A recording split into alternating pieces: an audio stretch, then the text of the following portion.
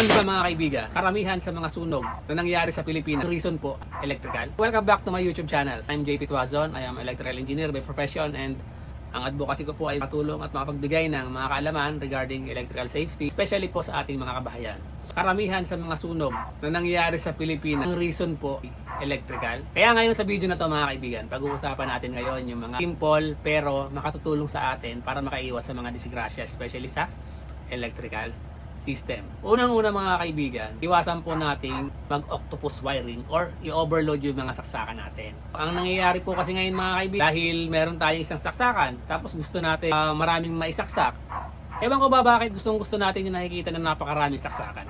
Alam niyo ba mga kaibigan, ang saksakan, parang ano yan guys eh, alam niyo yung pag gumagawa tayo ng yelo. Di ba pagka yung siniksik natin ng siniksik ng tubig, minsan pumuputok yung naputok yung plastic pagka yung tinatali natin yung nakadulo. Minsan naputok yung plastic dahil di niya kayang i-hold yung pressure na nasa loob. So, ganun din po yung mga kaibigan. Ang isang saksakan po, meron niyang hangganan. Hindi natin pwede saksakan ng napakaraming extension na nga, ginawa pang extension hanggang sa magpatong-patong na yung mga load at mag-init na yung contact hanggang sa mag-init at masunog.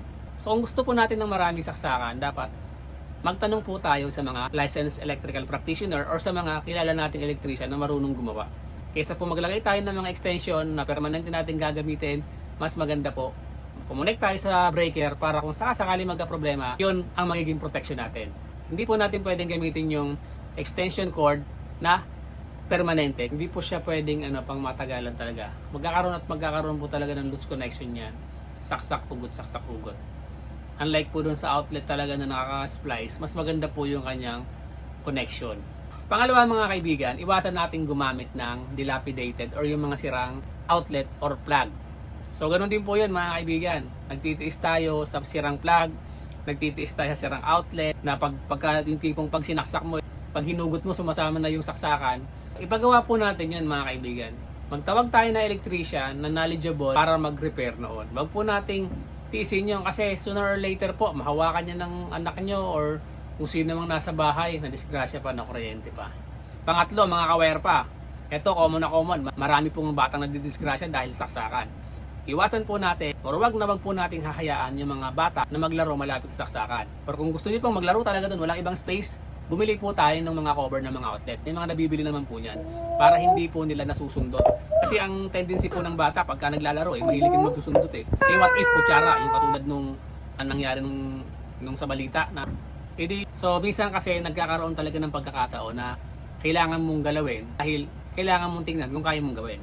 So ang pinakamaganda pong gawin, i-off nyo yung breaker. For example po, kumukurap-kurap yung ilaw nyo at natatakot talaga kayo, i-off nyo yung breaker niya para hindi kayo matakot magpalit ng ilaw. Sa mga planta po, katulad nung sa pinapasukan ko, ang tawag po dyan ay yung parang loto or lockout tag out. So lahat po ng maintenance na gagawin, kailangan naka-loto yung pinaka-breaker para walang mag-on. Sa bahay naman po, hindi naman ganon kasi wala namang ibang gagalaw. Kumbaga sa safety na lang natin na masigurado natin na naka-open yung kumbaga walang dadaloy na kuryente o hindi ka mga kuryente habang may ginagawa ko. Pero guys, kung hindi nyo talaga alam at hindi nyo kabisado, huwag nyo nang pilitin. Masasaktan ka lang. Huwag nyo nang subukan. Kasi yung electrical guys, hindi rin yung tipong ginagawa-gawang biro eh. Seryoso ang electrical. Pag kinurot ka niyan, talagang magtatanda ka. So yung panglima guys, wag po nating isasawalang bahala ang electrical.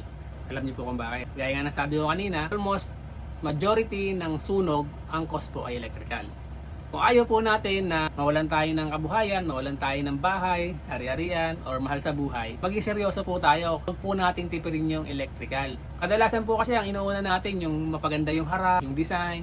Pero parang po yan kumbaga sa katawan natin, maganda yung itsura natin sa panlabas, pero yung panloob natin hindi maganda. So, ganun din sa bahay. Dapat internally, kasi di ba yung mga electrical usually po, mga nakatago yan, mga nakapalaman sa wall, tapos mga nasa kisame.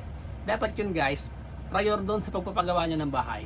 Maghanap kayo ng electrical practitioner na talagang marunong gumawa noon. Kasi panghabang buhay na yung mga nilagay dyan na electrical eh. So kung hindi maayos yan, magiging problema nyo yung balang araw. Lalong-lalo na kung hindi kayo nagpapamaintenance ng mga electrical nyo. Kung may natutunan kayo sa video ko kahit konti, baka po maglalambing lang, baka pwedeng paki-like, share, and pasubscribe na rin po sa aking munting YouTube channel kasi 19 followers na po ako. Ingat po tayong lahat, lalong-lalo na sa kuryente dahil napakahalaga po ng buhay, ari-arian at mga mahal natin sa buhay.